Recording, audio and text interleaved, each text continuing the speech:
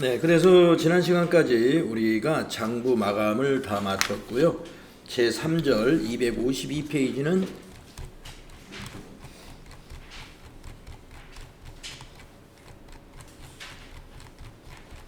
재무제표 작성. 자, 재무제표의 작성은 우리가 장부를 마감하는 단계에서 이미 다 작성을 했던 겁니다. 그래서 거기 그림만 보고 넘어가셔도 되겠어요.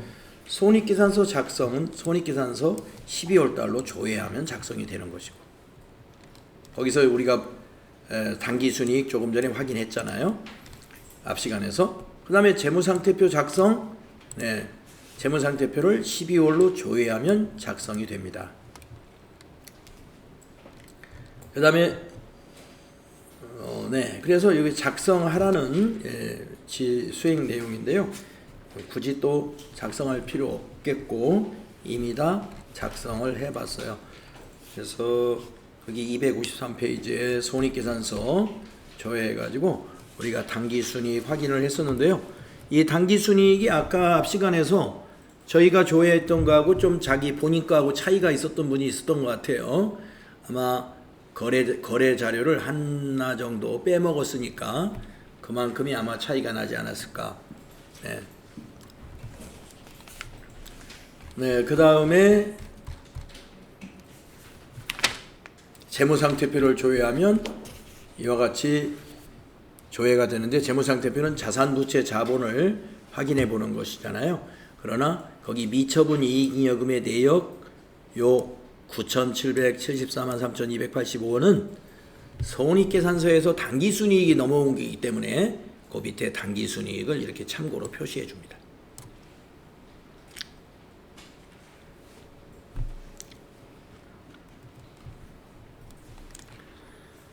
재무상태표 조회하면 바로 작성이 되는 거고요. 재무상태표를 조회할 때는요, 기본적으로 과목별로 조회가 일어나요. 여기 과목별, 여기 탭이 과목별이라고 있잖아요.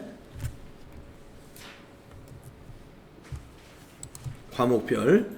그런데 제출용을 선택하게 되면은 제출용에서는 이처럼 통합계정으로 표시가 됩니다. 아까 두 번째 시간인가 첫 번째 시간에 현금이 현금성 자산에서 현금성 자산이라는 계정 과목이 어디에 있느냐 이런 질문이 있었잖아요. 그때 제가 현금이 현금성 자산 계정 과목은 입력하는 계정 코드로 있진 않고 이와 같이 통합 계정으로 볼 때만 이와 같이 표시가 된다. 제출용으로 보면은 현금이 현금성 자산으로 통합이 됩니다. 나중에 또 재무상태표 볼 일이 많으니까 그때 보시면서 이거 보실 수가 있습니다. 자, 이렇게 해서 재무상태표 작성 조회까지 화면을 통해서 확인했습니다. 자, 그러면 256페이지 있는 내용은 출제 예상 문제. 그러니까 이런 조회 문제가 나온다는 거죠. 지금 시험은 AT 시험이 말이죠. 비대면 시험으로 전부 바뀌었어요. 그래가지고 전표를 입력해가지고 이제 이 프로그램에다 입력을 다 한단 말이에요. 하고 난 다음에 문제는 이렇게 문제가 나온다 이겁니다. 그러면 고정자산 조회 능력이 있어야 되고, 재무상태표 조회 능력, 손익계산서 조회 능력, 계정별 원장의 조회 능력이 있어야 돼요. 그러니까 조회라는 것은 그 장부를 볼 줄 알아야 된다는 얘기죠. 그래가지고 여기다 해당 답을 단답형도 있고, 객관식도 있어요. 답을 찍으시면 돼요. 객관식은. 단답형은 여기다 기입을 하시면 됩니다. 자, 1번 한번 해보겠습니다. 고정자산관리대장을 조회해가지고 고정자산관리대장의 신규 취득 및 증가에 해당하는 총계 금액이 얼마냐 이랬어요. 한번 조회해 볼까요? 고정자산관리대장 이거 한번 조회해 본 적이 있죠? 클릭하셔가지고 엔터를 계속 치면 전체가 조회가 됩니다. 신규 취득 및 증가라는 항목이 여기 있죠. 신규 취득 및 증가의 항목 거기에 합계 이걸 물어본 거예요. 개정 과목 합계 총계라고 되어 있죠. 맨 밑에 287000000을 답으로 기입하시면 돼요. 그래서 고정자산 관리대상 신규 취득 및 증가는 우리가 고정자산 등록할 때 그 4번에 입력한 거 그거예요. 4번에 입력한 거. 승용차를 여기 7466 입력할 때 우리가 단기에 취득한 거니까 신규 취득에다 입력했잖아요. 2,750만 원. 그랜저인가 그거 그랜저. 그 다음에 요거 컴퓨터 120만 원짜리 컴퓨터 이것도 23년 9월 15일 날 취득했기 때문에 단기 취득란에다 입력했잖아요. 그거의 합계가 여기 나와 있어요. 다음에 2번 재무상태표 조회에서 12월 말 현금 및 현금성 자산의 금액은 얼마냐. 지금 조회해 보시죠. 재무상태표 12월 달로 조회합니다. 그러니까 여러분 이거 보실 때 여기 제출용에 가야 현금 및 현금성 자산을 볼 수가 있어요. 과목별은 현금, 당좌예금, 보통예금 이렇게 나눠져 있습니다. 통합계정으로 볼 때는 여기 제출용을 눌러야 돼요. 그리고요, 요 계정과목란이 이게 빈란이 너무 넓으면 여기 있는 계정과목과 여기 있는 숫자를 이렇게 대응해서 보기가 좀 불편해요. 그러면 여기 경계선 있죠? 여기 경계선 여기를 정확히 마우스를 맞춰가지고 여기 더블 클릭해요. 그러면 이렇게 좁아집니다. 그럼 보기가 좀 편하죠. 조금 전에는 계정과목란이 이렇게 굉장히 넓어가지고 여기 계정과목하고 여기 있는 숫자가 멀리 떨어져 있어가지고 보기가 힘든단 말이죠. 이게 좁히면 보기가 편하죠. 그래서 현금이 현금성 자산은 여기 커서가 이게 클릭되잖아요. 이런 것은 시험 보실 때는 컨트롤 C 해가지고 답안 입력하는 곳에다 갖다 놓고 컨트롤 V 하면은 요 답이 정확하게 입력이 되죠. 여러분 161-792-100 제 거 이거 나오는데 제 거 맞았어요? 네. 맞겠죠. 다음에 3번 손익계산서를 조회해서 당기의 매출 총이익 금액은 얼마냐. 손익계산서 가보세요. 매출 총이익이 어디에 있는지 여러분 손익계산서 구조에 대해서 완전하게 알아야 돼요. 자, 매출 총이익은 매출액에서 2번에 있는 매출 원가를 뺀 여기에 매출 총이익이 있습니다. 여기 3번에. 그래서 당기의 매출 총이익은 이거예요. 670500000. 그래서 이걸 복사가 되죠. 여기 클릭해 보면 컨트롤 C 해가지고 답안에다가 나중에 여러분이 붙여넣기 이렇게 해주시면 돼요. 콤마 따라오지 않으면 그냥 숫자만 그대로 넣어도 답으로 인정합니다.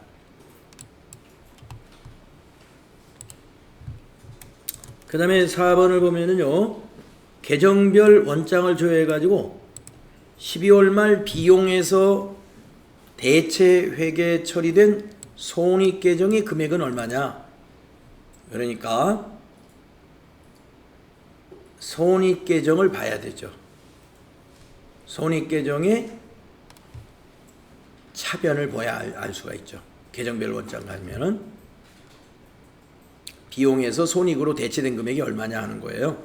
그러면 계정별 원장 한번 가볼까요? 계정별 원장 여기 있죠? 클릭하시고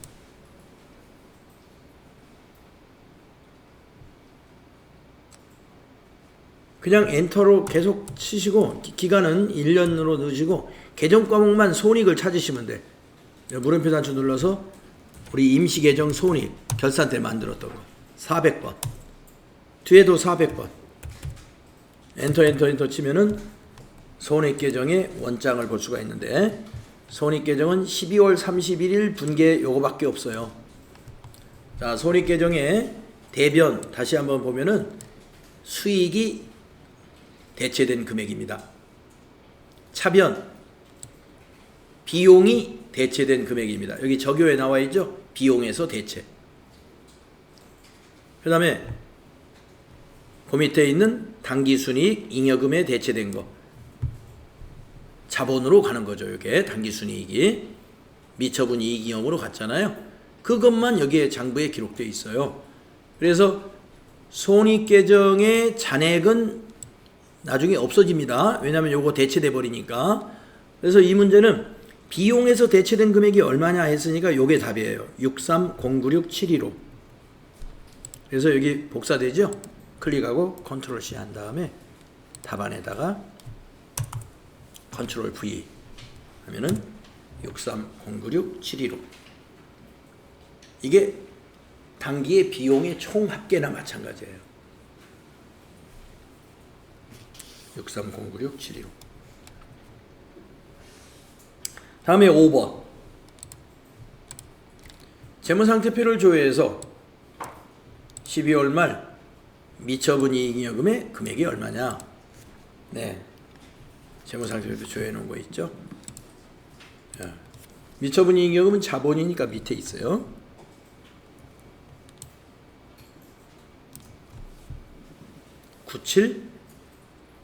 97743285죠. 97743285. 12월 달로 조회해서 이렇게 여러분이 뭐 재무상태표 내지는 계정별 원장, 손익계산서 또는 뭐 고정자산 관리대장 이런 장부를 잘 볼 줄 알아야 돼요.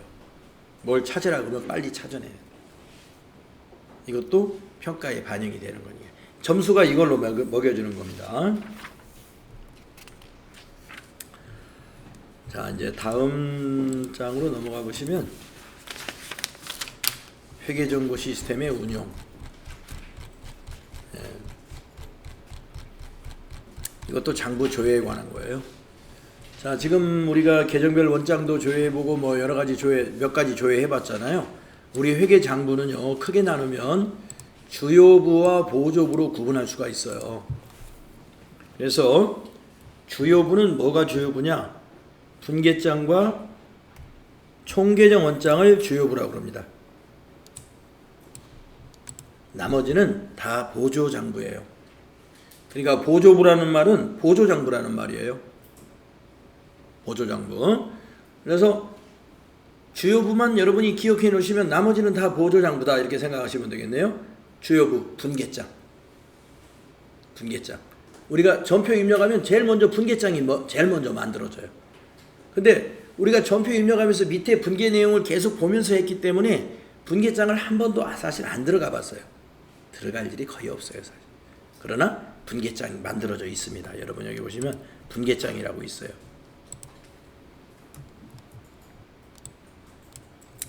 전표 입력 내용과 똑같은 내용이에요. 그래서 여기 보시면 분계장하고 그 밑에 총계정 원장이 있잖아요. 분계장이 나중에 총계정 원장으로 옮겨져요. 거기까지가 주요 장부예요. 장부의 가장 기본이 되는 장부 2개. 나머지는 보조 장부입니다.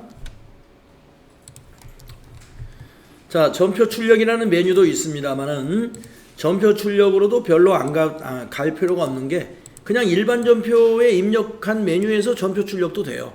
전표 출력이라는 건 뭐냐면 체크해가지고 인쇄하는 거예요. 그러니까 여러분에게 제가 만약에 시험 문제에서 전표 출력해서 내세요 그러면은 그 해당된 전표 만약에 뭐 이 전표다 그러면 전표 이렇게 체크한 다음에 상단에 있는 인쇄 그러면 이제 인쇄되는 모양이 오른쪽에 보이죠? 예. 종이로 된 전표처럼 이렇게 인쇄가 돼요. 그래서 전표 출력이라는 메뉴에 가서 출력도 할 수 있고요. 여기 가면은 전표 출력이라는 메뉴가 있어요. 중간쯤에 있죠. 그래서 날짜를 제가 전표를 출력하고 나는 날짜를 입력합니다. 날짜를 입력한 다음에 해당되는 전표를 딱 체크하고 위에서 인쇄하면은 전표 출력하는 그림. 조금 전에 일반 전표 입력해서 출력하는 거나 똑같아요. 출력이라는 건 인쇄를 의미합니다.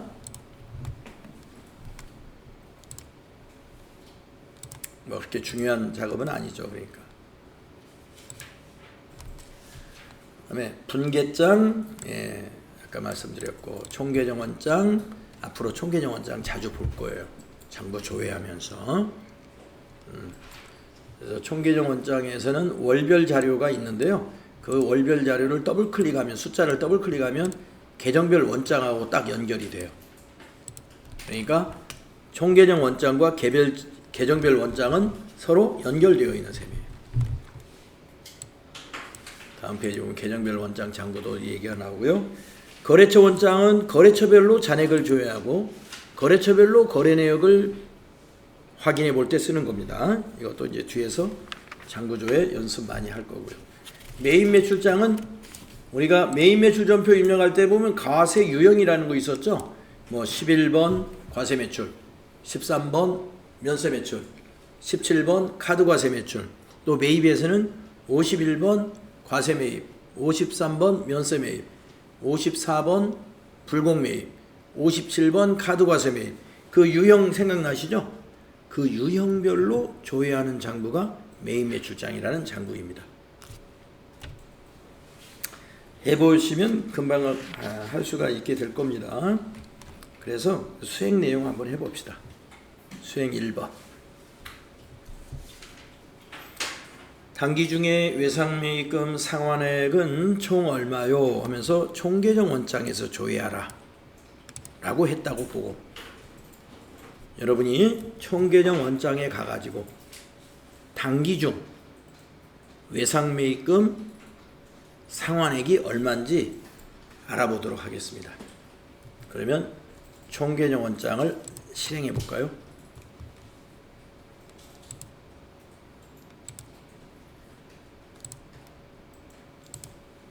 자, 총계정 원장은요, 계정 과목 코드를 여기서 지금 외상 매입금을 입력해도 됩니다만은 전체를 보면서 왼쪽에서 찾아서 한번 보겠습니다.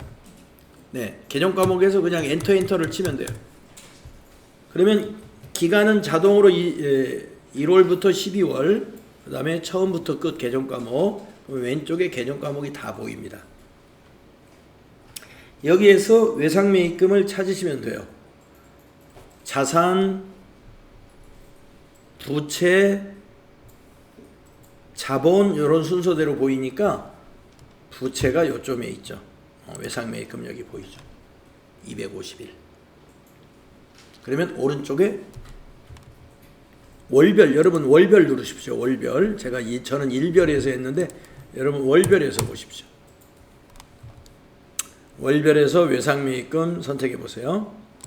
그러면은 오른쪽에 총계정 원장이 이렇게 보입니다. 12월 31일 현재 외상매입금의 잔액은 여기 잔액란에 있는 이겁니다.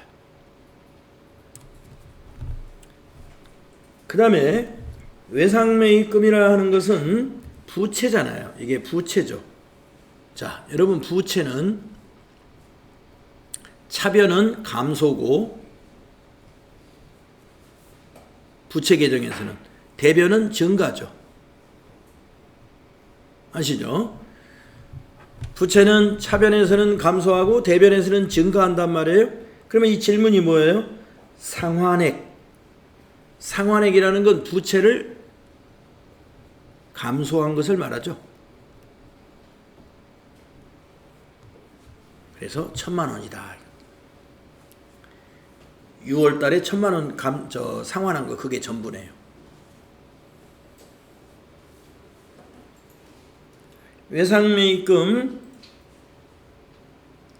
외상매입금의 상환액이 얼마냐 그랬을 때 총계정 원장의 외상매입금에 가서 장부를 볼 때 증가 감소 이렇게 보이는 게 아니고 차변 대변 이렇게 보인단 말이에요. 차변 대변. 그러면 부채는 차변에서는 감소하고 대변에서는 증가하는 것이다. 그러면 질문이 상환액이라고 했어요. 갚은 거. 그러면 차변의 합계가 갚은 거다 이거죠. 그래서 1,000만 원 이렇게 답을 입력하시면 됩니다. 다음에 2번 이기예정. 이기예정이란 7월부터 9월을 부가가치세 과세기간을 말할 때 7월부터 9월을 이기예정 과세기간이라고 그러죠. 신용카드 매출, 신용카드 과세 매출, 이게 17번을 말하는 거예요. 건수하고 공급 대가 금액은 얼마냐? 메인 매출장에서 조회하라. 그래서 아까 메인 매출장이라는 장부는 유형별로 조회할 수 있다고 그랬잖아요. 가서 조회해 보겠습니다. 메인 매출장이라는 장부가 어디 있냐면은 여기에 있어요.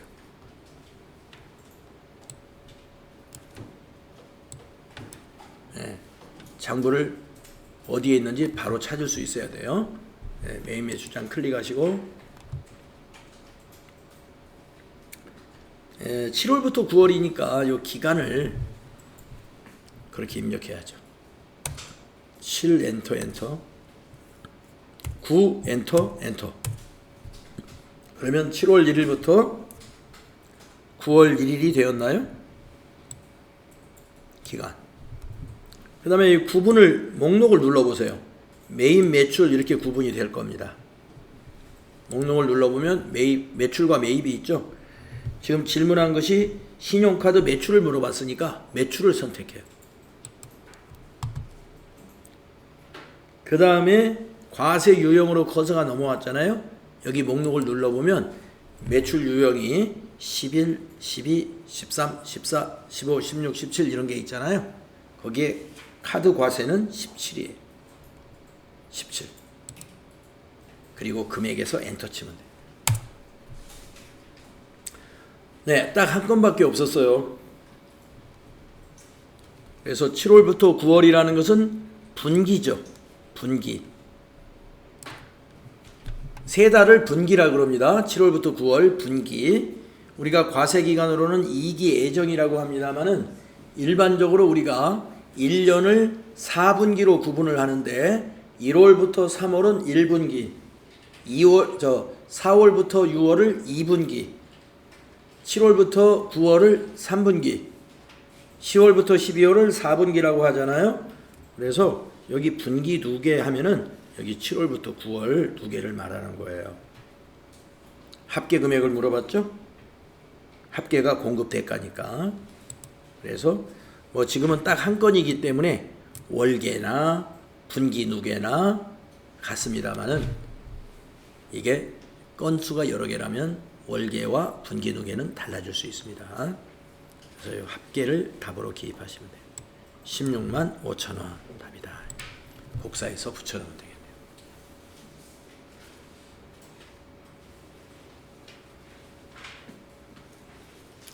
네, 장부 조회 능력을 앞으로 연습을 많이 해서 우리가 키워나갈 겁니다.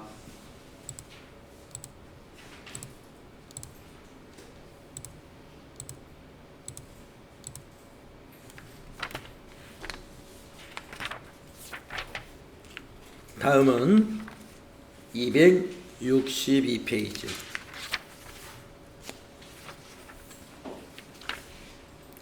삼일전자의 마지막 내용이 되겠는데요. 회계정보의 분석. 이 회계정보의 분석은 시험에 매달 2문제가 나와요. 회계정보 분석. 그래서 나중에 이제 여러분이 기출문제 보게 되면은 맨 뒤에 2문제가 이 회계정보 분석 문제가 나옵니다. 현재.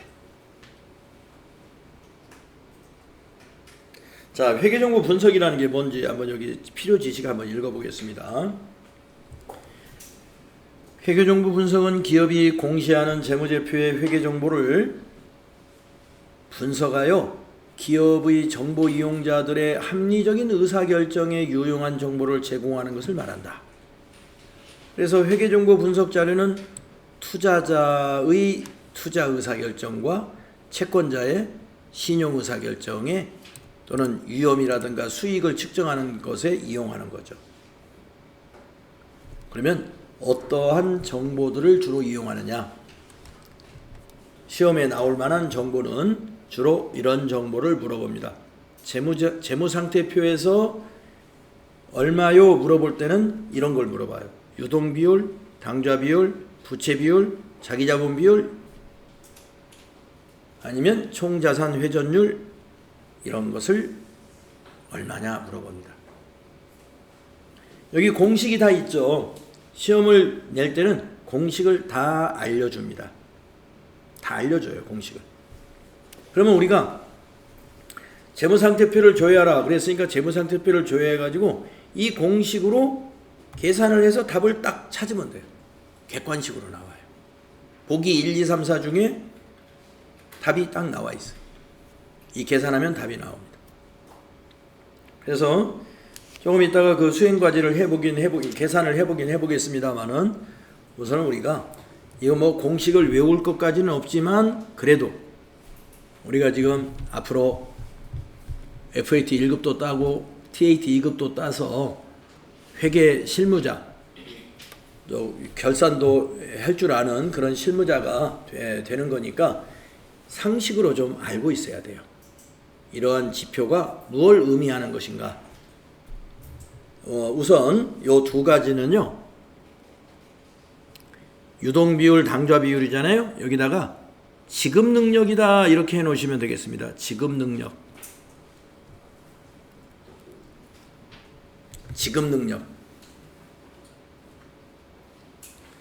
지급능력. 네.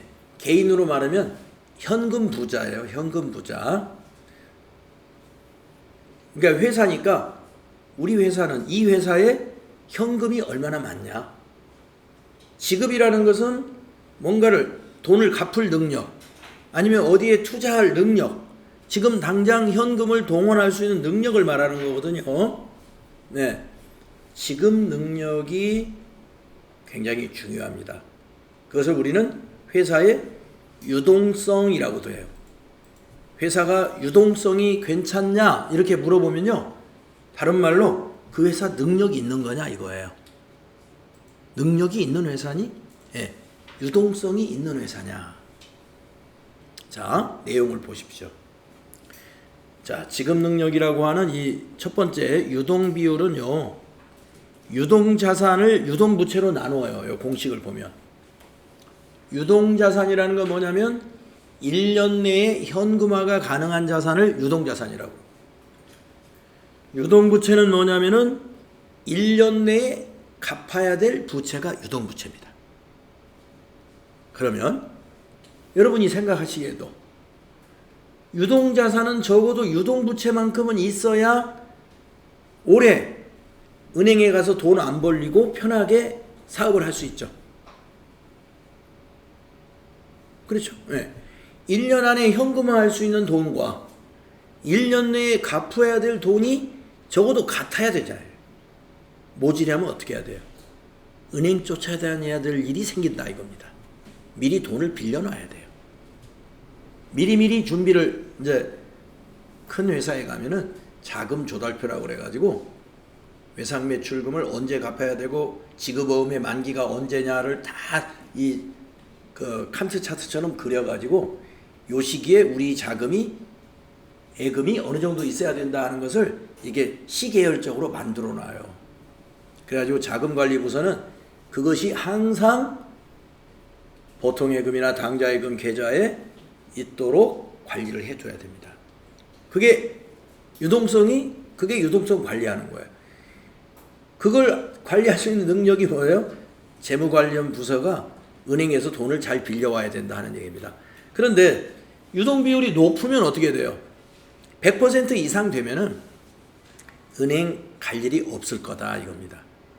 예. 그러면 재무 그 차입 담당하는 직원들은 마음 편하게 1년 보낼 수 있는 거예요. 예. 자, 유동자산하고 유동부채를 나눠가지고 곱하기 100을 했어요. 그러면 여기 100%가 나온다는 건 뭐예요? 갚아야 될 돈 다 가지고 있다고 보시면 돼요. 자, 그런데 이 유동자산 안에는 뭐도 들어있냐면 재고자산도 들어있어요. 상품. 상품은 뭐예요? 아직은 돈이 아니에요. 팔아야 돼. 상품은 지금 창고에 있는 거잖아요. 창고에. 우리 회사 창고에 있는 상태예요. 매장에 있거나. 그게 판매가 일어나야 그게 통장에 돈이 들어오는 거죠. 우리 여러분 재고자산도 유동자산으로 분류해요. 그래서 지급 능력이긴 하지만 유동자산은 기업이 보유하고 있는 지급 능력으로 일반적으로 많이 써요. 그런데 당장의 지급 능력은 아닙니다. 영업이라는 걸 해야 돼요. 그래서 갑자기 영업 상황이 나빠지면은 문제가 발생할 수 있어요. 재고가 안 팔리면 지금보다 재고가 더 쌓여요. 오히려 물건이 안 팔려요. 갑자기 코로나 같은 사태가 벌어져서 우리가 이런 재앙을 만나게 되면은 어떤 사업은 갑자기 매출이 늘어나는 사업도 있습니다. 택배 사업, 무슨 인터넷 판매 사업 이런 사업은 오히려 늘었다고 그러잖아요. 매출이. 근데 매장을 운영하는 사업은 어떻게 해요? 오프라인 사업은 사람들이 돌아다니질 않으니까 먹지도 않고 매장에서 손님이 모여야 되는데 집합금지 당하니까 이런 판매도 안 되죠. 이런 갑작스러운 상황이 되면 요 유동 비율만 가지고 정확히 판단할 수가 없는 거예요. 왜냐하면 재고자산이라는 게 있으니까. 안 팔리면 어떡할 거냐, 이게. 안 팔리면. 그래서 또 정확한 지급 능력, 더 확실한 지급 능력은 당좌 비율이에요. 당좌 비율은 당좌 자산을 유동부채로 나눠요. 이거는 유동자산 중에서 지금이라도 현금이 될 수 있는 당좌 자산으로 단기 채무를 충당할 수 있는 능력입니다. 그러니까 올해 만약에 이상한 전염병이 발생해가지고 집합금지 명령이 떨어져서 영업을 하나도 못했다 하더라도 지금 통장에 들어있는 걸로 갚아야 될 빚은 다 갚을 수 있어요. 그러니까 당좌 비율이 만약에 100%다. 그러면 이 회사에 돈 빌려준 채권 은행은 어떻게 돼요? 안심해도 돼요. 그 회사에 대해서는. 그 회사는 이미 우리 은행에 저축해놓은 돈이 우리 은행에서 받아야 될 돈만큼 있는 거예요. 네. 그러니까 그 회사가 영업이 지금 잘 되는지 안 되는지 그거보다는 은행 인출 이것이 어떻게 되는지 그것만 잘 확인해 보면 되겠습니다. 당장 현금화가 가능한 자산으로 단기 채권을 지급할 수 있는 능력. 그래서 이 두 가지가 지급 능력이에요. 지급 능력을 보는 데는 누가 봐요? 채권자, 특히 은행에서 보는 겁니다. 은행에서. 자, 그 다음에 채권자가 이것만 보는 게 아니고 이것도 봐야 돼요. 이 두 개는 그 기업의 안전성을 보는 거예요. 안전성.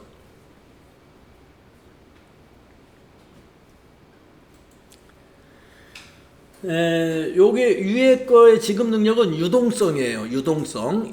우리가 이제 유동성이라고 그러고 유동성이 좀 말이 어려우니까 유동성이라는 말은 이 회사가 단기에 부도날 우려가 없느냐 이걸 보는 거예요. 유동성. 그 유동성에 문제가 있다 그러면 단기 부도가 날 우려가 있는 회사예요. 근데 안전성은 뭐냐면 좀 더 장기적으로도 볼 수 있는 겁니다. 자, 그래서 먼저 부채 비율을 보면요. 부채를 자본으로 나누어요. 그래서 만약에 100%가 나왔다. 부채가. 그렇게 나쁜 건 아니에요. 뭐냐? 부채와 자본이 똑같으면 100%가 나오잖아요. 우리 회사 자산이 여러분 재무상태표 개정의 등식이 뭐냐면 자산은 부채 더하기 자본이죠. 자산은 부채 더하기 자본이다. 자산이 20억이라고 한번 해봅시다. 20억. 그런데 부채가 10억이고 자본이 10억에서 20억이 됐대요. 그러면 부채 비율이 100%라는 건 뭐냐? 지금 이 상태가 부채 비율이 100%예요. 10억 나누기 10억. 그러면 1이죠? 곱하기 100 하니까 100%. 부채와 자본이 같다. 그러니까 회사가 보유하고 있는 자산의 절반은 빚이고 절반은 회사 거다. 이런 얘기. 순수한 회사 거다. 순자산이다. 나쁘지 않아요. 이것도. 그런데 이 부채 비율이 이렇게 딱 한 배만 되면 100%인데 두 배가 되면 200%. 부채가 두 배로 커지면 세 배가 되면 300% 이렇게 되는 겁니다. 300%, 400 이렇게 되면은 안전이 보장될 수가 없어요. 그러니까 부채가 자기 자본의 3배, 4배 된다는 거거든요. 근데 지금 요새 전기요금 때문에 전기요금 때문에 한전 사장이 사표를 제출하고 막 그랬잖아요. 한전이 왜 전기요금 자꾸 올린다고 여러분들 국민에게 알리고 있냐면은 빚이 많이 늘어나니까 지금 전기요금 많이 늘린다는 거 아니겠습니까? 전기요금을 올려서 매출액을 늘려놔야 되겠다 이런 거 아니겠어요? 이익을 개선해야 되니까. 이제 여러분이 아마 그런 보도를 자세히 보셨으면 아시겠는데 한전의 부채 비율이 좀 심각한 수준으로 좀 높아졌어요. 부채 비율이. 그러니까 저대로 가면 안 되니까. 네. 그래서 한전이 망하면은 결국에 세금으로 이제 한전을 살려야 되잖아요. 어차피 전기요금 올려서 구조를 개선하나 나중에 망하기 직전에 국민 세금을 갖다가 투자를 하나 마찬가지니까 전기요금을 올릴 수밖에 없나 보다 이렇게 이해하시면 돼요. 부채비율이 지금 안 좋습니다. 자, 안정성이 떨어지면은요 투자 유치를 못해요. 투자 유치. 그러면 이제 한국전력이 채권도 발행해야 되고 자금을 운영하려면 채권 발행해서 자금 운영해야 되고 아니면 주식으로 증자도 해야 되는데 주식도 인기가 없고 채권도 인기가 없다. 그러면 금융 비용이 점점 더 늘어나게 되죠. 악화가 더 심해집니다. 그래서 재무구조 개선이라는 걸 해야 되는 거죠. 재무구조 개선을 하려니까 이 가격을 인상한다 이런 얘기 결론이 나온 건데요. 네, 아무튼 안전성, 부채 비율은 낮을수록 좋습니다. 높으면 어떻게 돼요? 위험이 증가한다. 그러니까 낮아야 되죠. 그런데 그 밑에 자기자본 비율은 반대예요. 높을수록 좋습니다.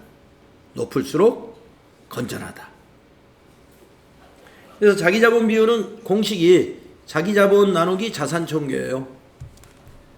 자기자본, 즉 자본이에요. 자본총계를 자산총계로 나누는 거예요. 자산총계로 나눠서 100에 가까우면 좋은 회사예요. 그래서 재무구조가 건전하다 하는 말은 자기자본 비율이 아주 높은 회사입니다. 50%만 돼도 괜찮아요. 자기자본 비율이 50%인 회사는 부채 비율이 100%인 회사예요. 부채하고 자본이 똑같을 때 부채 비율이 100%거든요. 자기자본 비율이 그러면 50% 나와요. 총 자산의 50%가 자기자본일 때 부채 비율이 100% 나오는 거거든요. 자, 그래서 말씀드린 대로 이 두 개로 구분해서 지급 능력 또는 유동성 지표가 두 개가 있고 안전성 지표가 두 개가 있다. 이 두 개가 가장 유명한 그냥 많이 쓰는 분석 지표입니다. 재무상태표라는 것은 자산부채 자본을 보는 거잖아요. 거기에서 볼 수 있는 중요한 분석 지표예요. 그 다음에 마지막에 요거는 시험에는 잘 안 나옵니다만은 책에 넣어놨더라고요. 총자산 회전율.